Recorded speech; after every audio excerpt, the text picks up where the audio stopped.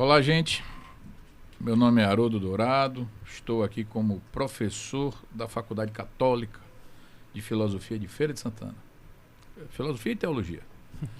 E hoje eu estou aqui com uns amigos, alunos, que tivemos o prazer de dividir um semestre falando sobre alguns filósofos, entre eles o que a gente vai falar sobre nesse momento agora, que é Spinoza, Baruch Spinoza.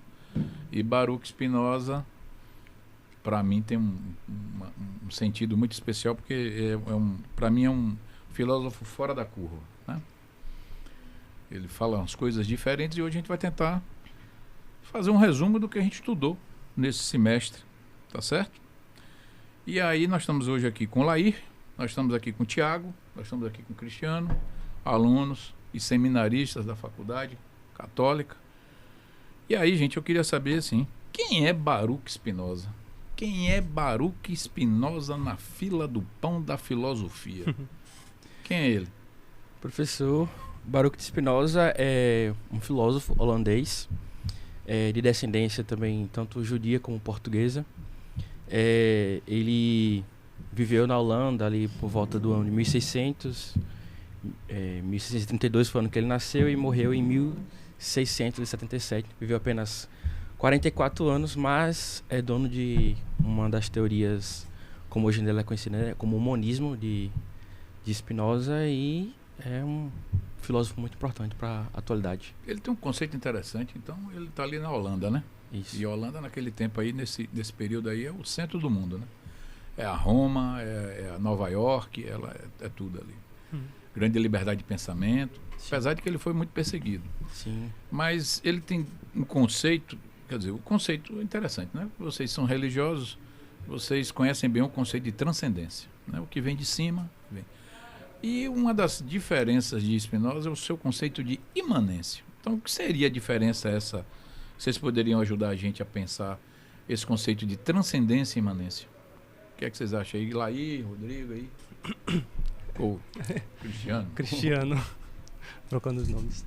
Mas imanência, ele já entrando um pouquinho nos assuntos que Spinoza trata, imanência seria aquilo que está dentro, né? Então, Spinoza ele vai dizer que Deus é imanente. Então, Deus não está fora da realidade, mas Deus é a realidade. Isso para nós que somos seminaristas, Spinoza ele estralhaça a nossa imagem, a imagem que nós temos de Deus. Sim. Né? Mas é esta ideia que ele tem primeiro, né? Que ele apresenta, que é o primeiro capítulo do livro de Ética. Então, Deus é natureza. Deus é natureza. Deus sive natura. Então, Deus está em tudo. Exato. Então, o conceito seria esse. Isso. Então, Deus está em tudo, ele está aqui. Então, ele está em todas as coisas. Não que Deus está em tudo, mas Deus é tudo. Deus é tudo. Deus é perfeito. É uma substância Exatamente. única. E o que se apresenta, na verdade, são formas diferentes dessa substância. Isso. Como ela se apresenta é diferente. Exatamente, perfeito. Entendi. E outro conceito também que ele chama atenção, que eu queria chamar a atenção, que é conatos. Cristiano, você podia me dizer o que seria conatos? Dá para você definir aí para a gente, porque é outro conceito. Imanência, transcendência, conatos. O conatos, ele se apresenta ali como um eixo central da obra de Spinoza, né? Nós aqui estamos tratando especialmente da obra Ética, né? Uma obra póstuma dele, né? Publicada após sua morte. E o conatos aparece com a definição do esforço do ser em perseverar no seu ser. Ou seja, todo ser, ele se esforça para manter a sua existência, para que ele possa permanecer aqui. E a partir disso, do conatos, Spinoza ele vai desenvolver boa parte do seu pensamento com relação à ética em si, então o comportamento do ser humano no dia a dia. E é do conatos que ele vai extrair, né, 3 sentimentos, 3 afetos, melhor dizendo, que são ali orientadores para toda a vida, né? O desejo, como esse afeto que a pessoa tem quando ela se torna consciente desse esforço, então ela passa a se esforçar conscientemente. E a partir daí, a tristeza e a alegria como os 2 afetos que são as bases para todos os outros afetos do ser humano. Entendi. Então você está me dizendo que, olha que filosofia rebuscada. Ele diz que Deus é tudo, é uma substância. Você está me dizendo que esse conatos é a vontade, é o que faz a pessoa, essa vontade de viver, essa vontade de fazer, quer dizer, sentimento. Uhum. Aí você define 3 sentimentos? Isso, 3 afetos. 3 afetos. Nesses afetos, com alegria, com a tristeza e com desejo, ele vai definir também os outros afetos. Os outros afetos. Então, o homem é um ser de afetos. Podemos Ele já está dizer que brigando aí com Aristóteles, né? Que fica dizendo que que o homem é um ser racional, né? E social. E ele está dizendo que tudo está baseado no afeto. Eu sempre, quando eu tropeço nessas palavras do Spinoza, a delicadeza da filosofia dele. Bom, então a gente já avançou. Transcendente, imanente.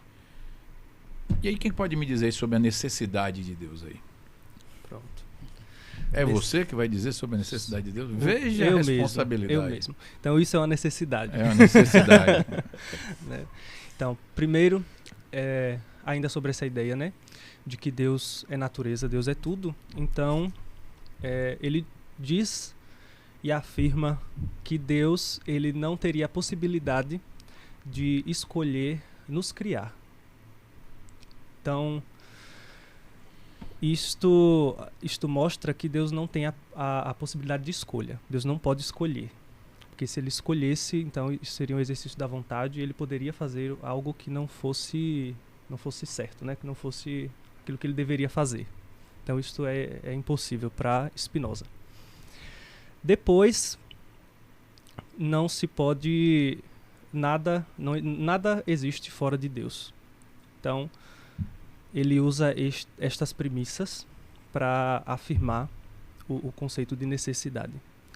Tudo que acontece, tudo que aconteceu e tudo que está para acontecer é necessidade. Então, digamos que uma pedra caiu na sua cabeça. Então, isto não foi uma punição de Deus, né? Isto foi uma necessidade. Aquela pedra iria cair na sua cabeça, do jeito que caiu. Então, não existe outra possibilidade além da necessidade que está para acontecer, que vai acontecer. Vá onde for, como diz o povo, né? Vá onde for, vai acontecer. Então, a necessidade seria isso. Isso. Às vezes, quando eu me debruço sobre esse tipo de pensamento, parece que Foucault parece que Spinoza, fica parecendo que quando ele descreve isso, parece que em Deus não há uma consciência, no sentido de ter vontade, porque é um raciocínio linear até. Se você tem vontade, você pode errar, pode ser influenciado. Exato. E, na verdade, no fundo, você já está antropomorfizando Deus. Isso. Mas se você pensar um pouco mais profundo, você vai entender que, na verdade, ele está dizendo que Deus é a própria consciência. Ou seja, é como se fosse uma consciência e nela há tudo.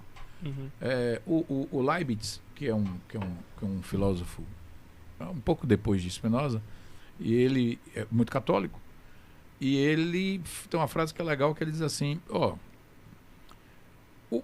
o mundo mais perfeito que Deus poderia criar é esse que a gente está vivendo. Então, ele criou aí mil formas. Então, se você está sofrendo, acredite que esse é o melhor que poderia acontecer a você. Porque Deus já escolheu o melhor dos mundos. E aí, isso aí ele já seria um crítico, né? Spinoza, no caso, seria um crítico já dele. seria, porque não há uma criação. O que eu estou colocando é que no final tudo parece ser o que deve ser. Exato. E que no fundo parece ser um pouco grego também. Ou seja, os gregos pensavam dessa forma. O mundo existe desde sempre. E se você tá ruim para você, é porque você não está no lugar legal. Então, se mexa aí.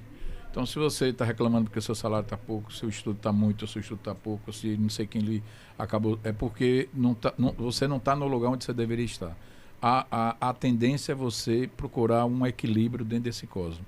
Se está ruim, é porque você não devia estar lá.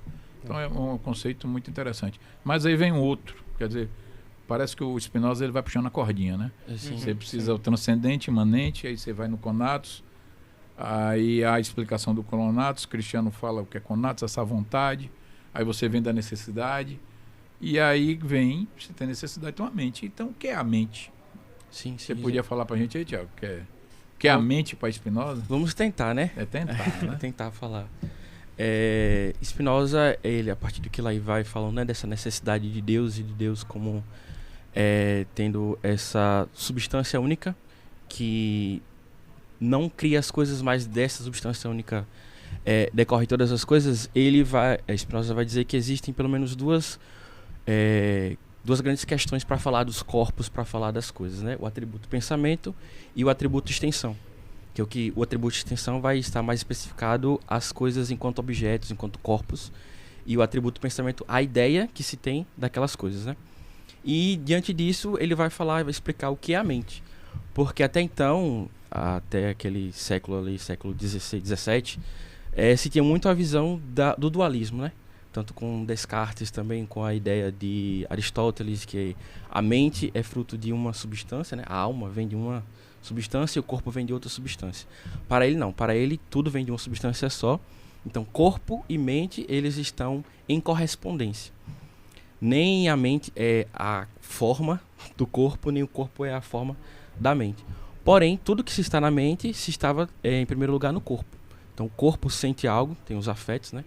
Tem dessa questão do conatos, e ali a mente vai ler o corpo. Então, justamente daí é que nasce a ideia de mente, enquanto leitura do que é o corpo, do que se passa no corpo. Aí você vê a influência de Spinoza. Exato. Na hora que porque na verdade ele está numa crítica com Descartes, que Descartes quando define corpo e mente, Sim. O cógito, que é a mente, Sim. e o que é extensivo. Então são duas substâncias. Ele disse, não tem duas substâncias, é uma só. Exato. E quando ele fala uma só, é tudo numa coisa só, é tudo junto e misturado. Sim, sim.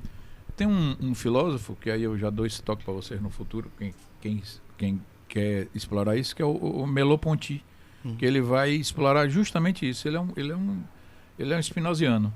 Então ele vem com a filosofia do corpo. Isso é década de 40 do século XX. Olha a importância do Spinoza. E que ele vem e fala assim, quando você pega uma mão, a sua mão pega na outra mão, quem está pegando em quem? Quem é o agente de quem? Então é o conceito que ele tenta mostrar, que o corpo e mente está junto. Sim. Quer dizer, quando você junta duas mãos, você não sabe quem é o agente, quem é o passivo, e é você mesmo. E o que está pegando você? É você ou são esses pequenos elétrons que estão entre um e outro? Que na verdade, no fundo, não há toque. Há uma troca de eletricidade que faz a sensação de você pegar.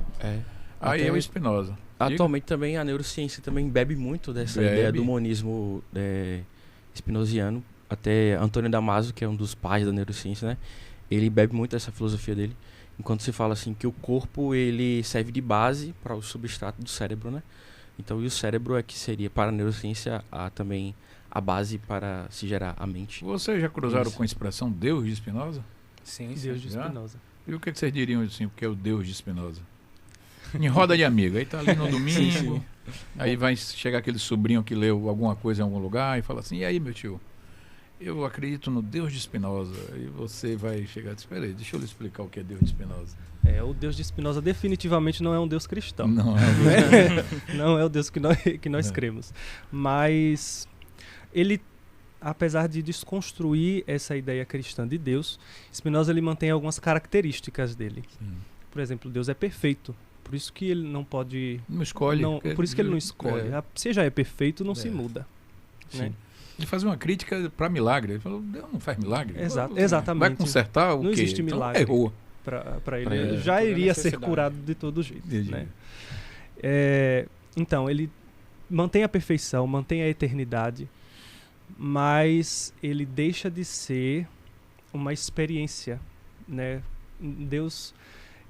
a encarnação é um absurdo para Spinoza, né? Então, a experiência pessoal com Deus, a experiência espiritual com Deus que nós temos na cristandade, né? No cristianismo, Spinoza joga fora. Né? Os atributos antropológicos, né? Ele descarta completamente. Porque na medida que você é uma substância só, você é gente. Você está errado, você vira esterco, vira amônia. Amônia é você. Essa amônia vai irrigar alguma planta, sai um fruto, você já é fruto. Então, no fundo, tudo é uma coisa só, uma substância única. Deus é isso aí e que vai se transformando amorficamente ou morfologicamente, formando formas diferentes. É um conceito muito interessante do ciclo eterno, Sim. né? E onde você se apresenta. Mas aí eu te pergunto, vocês são seminaristas? É interessante, antes de Diz aí. continuarmos, né, certa vez perguntaram a Einstein se ele acreditava em Deus. E ele respondeu, acredito no Deus de Spinoza. Né, que é justamente esse Deus que Spinoza então tira toda a transcendência de Deus, então não é mais um Deus que olha externamente para julgar, cuidar, seja o que for, mas é o Deus que é. O que eu acho interessante é do sistema que ele cria. Então, na hora que ele fala nada é transcendente, tudo é imanente, é uma substância só, tudo tem uma lógica. Você pode não concordar, óbvio. Né? Tanto é que vem depois, na filosofia assim, ele está aí, logo depois que a gente vai estudar, vai ter outro dizendo, não é nada disso. Mas o interessante é que é um sistema de pensamento. Não tem ponta solta. Não. Então, quando ele fala assim, Deus não erra, Deus não pode errar porque ele já está em tudo. E as coisas já estão em tudo. Mas e aí entender o conceito de Deus é fundamental para entender o restante da obra. Tanto é que ele começa por isso assim, que vem logo Deus, no início, né? natureza. Agora, eu pergunto a vocês como seminaristas, aí é uma obra bonita, no sentido agradável de ler. Porque até ele, como ele é geógrafo e ele trabalhava com lentes, todo o livro dele tem muita lógica, quase matemática, né? Isso, sim, então, sim. Tem gente que tem dificuldade em matemática, mas é uma matemática no sentido geográfica, no sentido de geográfica, né? Não é? Geometria. Geométrica, exato. Geográfica. Mas enfim. Mas eu perguntei, vocês são seminaristas, estudaram Spinoza, deram aula de Spinoza, ouviram aula de Spinoza, leram o livro de Spinoza. O que é que vocês trazem para vocês no seu dia a dia? O que é que isso contribui para vocês no sentido de... Eu sou seminarista, estou lendo esse... Uma coisa objetiva é que vocês vão tropeçar com ele em outros... Quando você vai estudar Foucault, tem um pouco de Spinoza. Você vai estudar Merleau-Ponty, tem Spinoza. E você vai... Quando você vai falar sobre empatia, sim, lá na frente também você vai cruzar com Spinoza. E até ciência hoje, até micromolecular, no sentido que é uma substância única, tudo parece ser a mesma coisa, só de forma diferente. Mas na vida de vocês, de seminarista, qual seria o impacto de Spinoza? O que é que contribui ou não contribui? Porque também não contribui, também faz parte. Não é isso, não. Mas, enfim, o que é que vocês... Aí não é academicismo, não. Assim, eu li Spinoza, eu achei legal. E aí?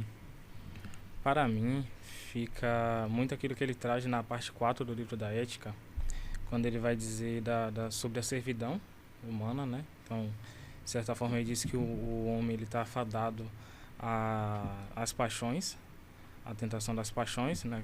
Que é justamente os afetos, as ideias inadequadas que ele traz, que é quando você faz as coisas sem entender de fato o motivo do porquê está fazendo. E a partir daí ele traz, então, que nós devemos nos educar, procurar essa educação, para que façamos ideias adequadas, seja que façamos as coisas tendo consciência, né, e a compreensão das causas dessas coisas, daquilo que nos move. Então, particularmente, isso para mim, por conversar muito com o que é também a doutrina cristã, de criarmos essa consciência daquilo que é certo, daquilo que é errado, né, o bem e o mal para nós, que para Spinoza não é a mesma coisa, mas que conversa muito, porque ele vai dizer que diante de uma ação, de um acontecido, nós devemos não reagir, né, ali no impulso, mas agir. Então, parar, refletir, buscar compreender as causas daquele acontecido e a partir daí dar uma resposta, seja em palavras, seja em ações. Um exemplo, um caso no trânsito onde alguém lhe fecha. Então a reação mais comum é você, uma raiva ali lhe tomar, né, uma ira lhe tomar, você xingar a pessoa, querer descontar de certa forma. Então Spinoza diria, olha, reflete. Talvez essa pessoa ela esteja cansada, ela esteja com estresse muito alto, alguém pode estar distraindo essa pessoa. Então ele fala de analisar as circunstâncias, entender as circunstâncias, a história, o contexto, e não simplesmente julgar. E a partir daí você se educa e passa das ideias inadequadas ou da imaginação, né, como ele vai trazer, para as ideias adequadas. Né? E aí a gente falava mais cedo desse homem dos afetos de Spinoza e o homem racional de Aristóteles. E quando a gente chega nessa parte do livro da Ética, a gente percebe que conversa um pouco, porque Spinoza ele bate muito, né, nessa tecla sobre a importância do racionalismo ali no momento da sua ação. Então, para mim, para minha vida de seminarista, conversa muito, justamente por essa ligação que eu consegui fazer, né, com aquilo que é próprio do cristianismo. Entendi. Você, Thiago, o que Spinoza trouxe para você? Professor, ele traz para mim, talvez eu tenha que pensar ainda mais um pouco, mas no sentido de que nessa relação dele de que o corpo também importa, né, que o corpo ele traz uma linguagem, ele tem a sua forma de se expressar, né, dos afetos, dá essa importância ao corpo, né? Entendi. Que a tradição cristã, infelizmente, ao longo dos séculos, ela trouxe o corpo um pouco como algo desprezível, algo que deveria ser esquecido, rechaçado, deveria ser... Platão dizia que encarcerava a alma. Exato. Mas atualmente a igreja veio já com outros olhos, né? Então talvez ainda dá mais esse sentido aos afetos, a entender o que acontece comigo, o que está acontecendo e trazer isso, né, para a vida espiritual, para a vida também. Enquanto seminarista. Isso que para mim um pouco, o Cristiano ficou com a quarta parte, eu penso que eu fico com a quinta. O amor intelectual a Deus, né? Então diz que conhecer a Deus, conhecer que não o Deus de Spinoza, claro, né? Sim, tirando claro. pelo amor de Deus, não para o reitor depois não senão o padre Marçal vai mandar eu fazer minhas malas e o professor ir lá embora. Menino, Mas, que é isso? Já apostatou. Mas ele diz que a liberdade para Spinoza, né, é justamente esse conhecimento de Deus. Então, tirando a figura do Deus de Spinoza e levando para o Deus cristão, isso me ajuda muito, né? Porque de fato nós só somos livres quando estamos perto de Deus, quando estamos em comunhão com Ele e participando da sua eternidade, da sua perfeição. Então, acho que isso que eu levo. Acho que se Spinoza estivesse aqui, ele dizia assim, mas você está perto de Deus, você está perto de tudo. Você está imerso nele, você não vai... É essa visão que eu tenho, que ele está tentando dizer, né? Sim. Você não precisa ir, ele já está aqui. Você está tropeçando nele, você está em contato com ele. Eu gosto muito de Spinoza porque eu ainda quero fazer um estudo, e eu acho que se eu for fazer um doutorado é nesse ponto, porque eu sempre achei que sempre me incomodou a ideia de que esse homem ser um ser racional. Então eu conheço a frase que eu digo assim: o homem é um ser emocional que pensa. Então não é doido, desvairido.